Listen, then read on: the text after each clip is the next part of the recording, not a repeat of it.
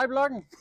Det vi skal have lavet i dag, det er, at vi skal have ny folie på den her, så den bliver klar til at komme op til Øbybro og stå. De to skilte, de skal op og stå og skabe lidt blikfang for Nordjyllands Trafikselskab. Først så starter jeg lige med at få støvet den af, og så skal vi have kørt noget ny folie på. Hvad er det så smart ved den her løsning her, Miki? Hvorfor vil kunden ikke bare have et helt almindeligt skilt? Jamen, der er egentlig flere ting i det. Vi har fået specielt lavet basen hernede, så den er bygget op ligesom en palle. Så kan man nemt flytte rundt med en palleløfter, og så giver det kunden større frihed i forhold til, hvor de vil placere den henne. Så har vi lagt en masse vægt i bund, fordi det er et enormt stort vindfang, når det kommer ud at stå. Vi vil rigtig gerne have, at de kunne stille det lige, hvor de vil, uden det vælter. Og så har vi lavet overfladen i aluminium, sådan så vi kan bare beklæde det med ny folie hver gang. Du skal gå ned i den anden ende. Nej, du skal lige til folien med os.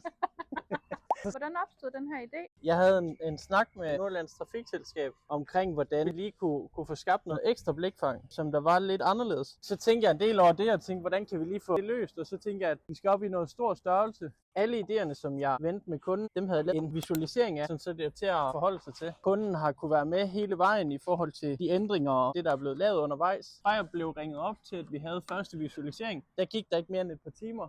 Så blev vi ligesom sådan mere konkrete derefter, hvor det så lige tog en dags tid.